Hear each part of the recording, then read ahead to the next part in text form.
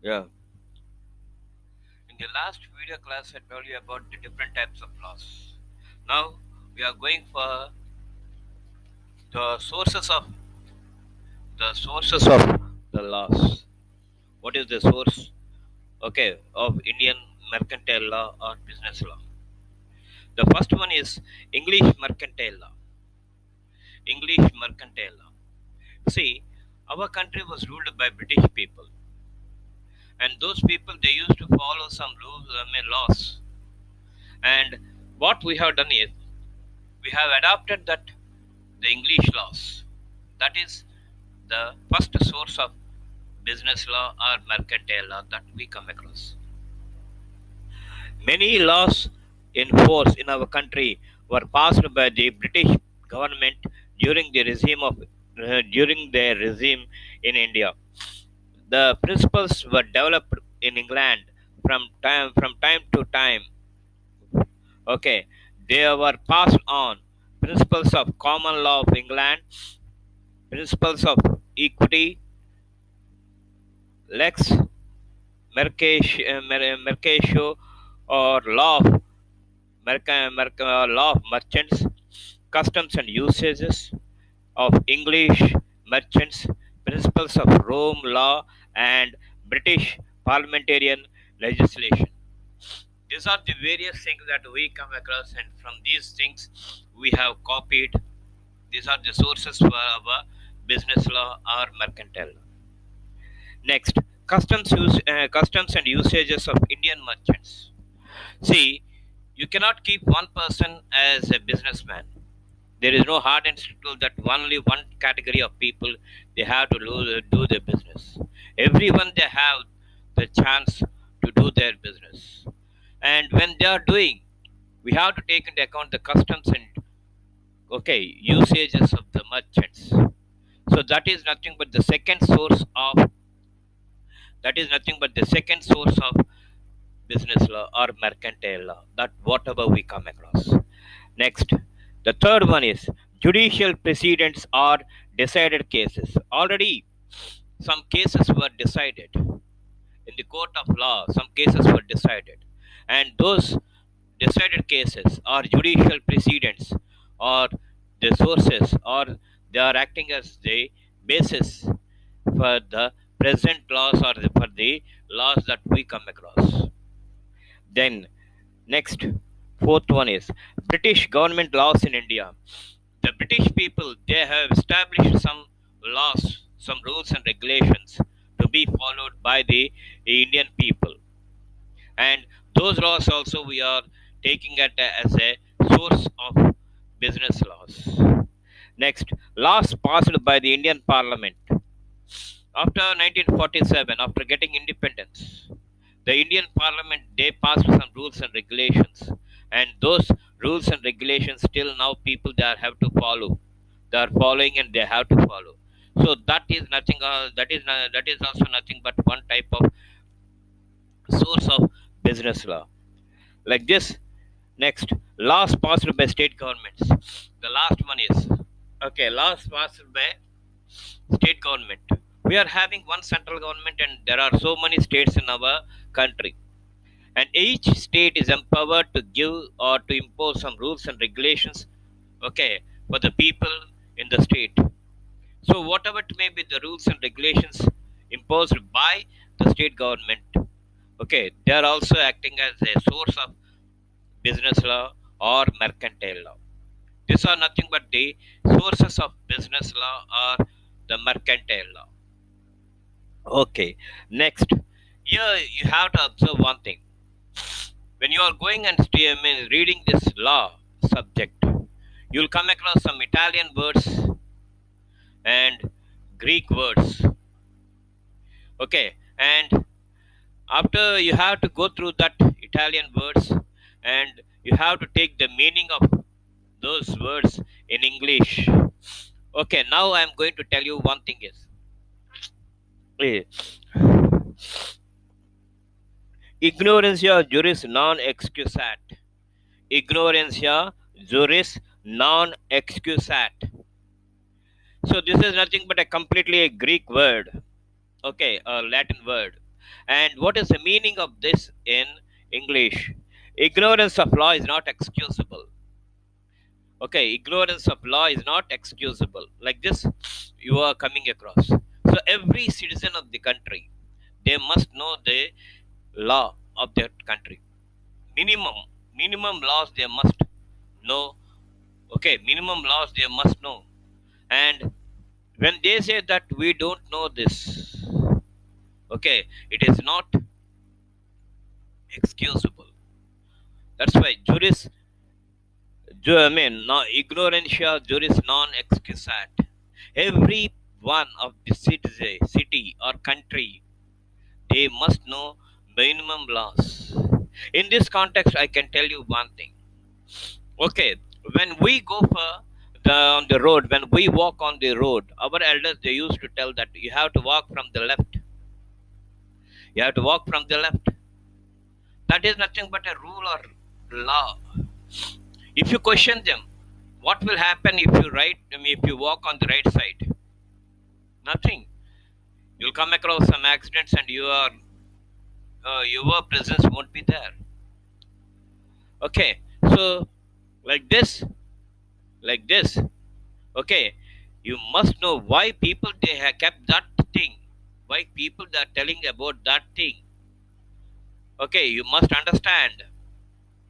And when you come to this in India, when you go for these vehicles, big vehicles, all the vehicles, I'm not talking about two wheelers, I'm not talking about two wheelers or three wheelers, I'm talking about four wheelers and more than that. All the heavy vehicles, they will have the steering on the right hand side, if you observe that. So when their steering is on the right hand side, they used to go on the right side. So thereby there won't be any problem for the left side. That's why people they'll say that you have to walk from the left. And when you go for the other countries, for heavy vehicles, say for example cars, lorries, buses, whatever it may be, the steering will be on the left hand side. There it is always better if you walk on the right hand side. So this is the the rule that we come across, and that is the rule that they will have. And you should not question them. You should not say, "I don't know that." That's what every citizen, every person of this country, they must know minimum laws. If any person, if he says that I am ignorant, it is not excusable. As a citizen of the country, you must know the laws what were there. Okay, if you don't know, you must learn from others. You must learn from others, and you have to tell to others. But if you say that I am ignorant in that, what do you mean by that? I don't understand. If you are ignorant, you better ask. You better ask the people. You better learn that. You better follow that. That is main important. But not saying simply I am ignorant of this. So ignorantia juris non excusat. Ignorance of any law or ignorance of law is not excusable. Okay, you have to keep this in your mind. As per the above statement, every person in a country must know almost all the laws of the country. If you know all the laws, it is well and good. That's why I told minimum laws he must know. If he is ignorant of any law and he makes a mistake regarding law, he will not be eligible to be excused. This rule applies to all the citizens of a country alike, whether they are literates or illiterates. However, every person should know principles of at least those laws with which he is concerned. Therefore, every student of okay, this is okay with which he is concerned. That is the thing. Okay, like this you'll come across. And what are the topics that we come across in this business law? First one is the, the Indian Contract Act. And this Indian Contract Act, it came into existence in the year 1872. And this thing, Contract Act, we will call that thing as General Contract Act or General Law. After that, we'll come across some acts. Okay, Sale of Goods Act of 1930. Sale of Goods Act. This is nothing but, okay, simply it is not going and giving money and taking the product. There is a lot of things that we have to come across in this Sale of Goods Act of 1930. The Essential Commodities Act of 1955. The Essential Commodities Act of 1955. This thing is also very, very important. The Consumer Protection Act of 1986. The Consumer Protection Act of 1986. This is also important. Okay, Negotiable Instruments Act of 1881 and Information Technology Act of 2000. All these things you'll come across and you have to learn about that, and then only you will be said to be a good Indian citizen. Okay, this is what we will come across. Okay, fine. Now, when we are going for this, okay, Indian Contract Act 1872, you will come across everything. You'll come across so many things. Okay, but thing is, the main importance is what is the definition meaning of a contract? Okay, people they are studying Indian Contract Act of 1872 like that. People they'll study, but what do you mean by this contract? An agreement written by two or more persons, and is approved by the court of law. It is nothing but a contract. And again, once again, I'm telling you, an agreement between two or more parties and approved by the court of law, it only becomes a contract. Otherwise, there is no contract. Okay, and in every stage of your life, you'll come across this. In every stage of your life, you'll come across this contract. And this Contract Act is nothing but one part and parcel of this Civil Act. It is not related to Criminal Act, please. It is completely related to civil law. Now we are going for the definition and meaning of contract. The relationship created between two or more persons with their willingness in a serious manner to do or not to do something, and which can be enforced in a court of law, can be known as a contract. Okay, I told you already. A relationship created between two or more persons with their willingness in a manner to do or not to do something, to do or not to do something, and which can be enforced in a court of law, can be known as a contract. As per Section 2, subsection H of the Indian Contract Act of 1872, an agreement enforceable by law is a contract. An agreement enforceable by law is nothing but a contract. So it means that there should be an agreement between two or more parties. An agreement between two or more parties. And this agreement, it must be enforceable by law. It must be passed by law. It must be approved by law. It must be agreeable by law. Then only it will become a contract. Otherwise, it won't become any contract. So, an agreement enforceable by law is nothing but a contract. The meaning of contract can be understood by knowing the meaning of agreement and its enforceability by law. First of all, if you want to be aware of this contract, first of all, you must know the meaning of an agreement. Meaning of an agreement means, okay, a relationship that exists, that comes into existence between two or more persons is nothing but an agreement.